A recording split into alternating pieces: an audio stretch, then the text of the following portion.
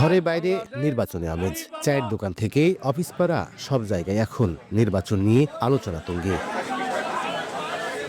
আগামী ত্রয়োদশ জাতীয় সংসদ নির্বাচন নিয়ে ঝিনাইদহের 4টি সংসদীয় আসনে এখন অনেকটা উৎসবের আমেজ। এর মধ্যে জামায়াত ইসলাম বাংলাদেশ সব আসনে তাদের প্রার্থী চূড়ান্ত করেছে। তবে বিএনপি শুধুমাত্র ঝিনাইদহ 3 আসনে তাদের প্রাথমিক প্রার্থী ঘোষণা করেছে। পিছিয়ে নেই অন্য রাজনৈতিক দলগুলো।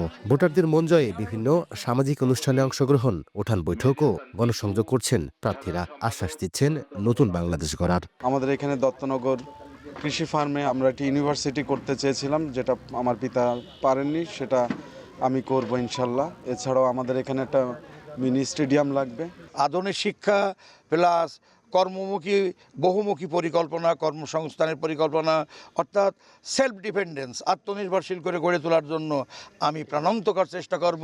রেইনবো অলরাউন্ডার এক্সটেরিয়র পেইন্ট বাড়ির বাহিরের দেয়ালের সুরক্ষা নিয়ে থাকুন নিশ্চিন্ত, সাথে পাচ্ছেন 10 বছরের ওয়ারেন্টি। একটি সুষ্ঠু ও শান্তিপূর্ণ ভোটের পরিবেশ চান ভোটাররা। আমরা যেন নিরপেক্ষভাবে সুষ্ঠুমুখী হাসিমুখী আমাদের পছন্দের ব্যক্তিকে ভোট দিতে পারি। স্বাস্থ্যসেবাগুলো আরও মানসম্মত চাই।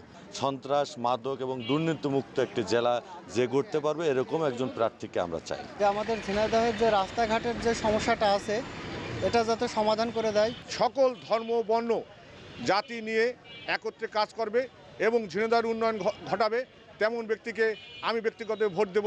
এদিকে নির্বাচন সুষ্ঠু করতে সব প্রস্তুতি শেষ হয়েছে বলে জানায় নির্বাচন অফিস। ভোটারদেরকে আশ্বস্ত করতে পারি যে অবাধ, সুষ্ঠু এবং নিরপেক্ষ ভোটের জন্য যা যা করণীয় আমরা সেটা করব। জেলা নির্বাচন অফিসের তথ্য মতে ঝিনাইদহের 4টি আসনে মোট ভোটার সংখ্যা 15,96,593। লোটাস রহমান সোহাগ, সময় সংবাদ, ঝিনাইদহ।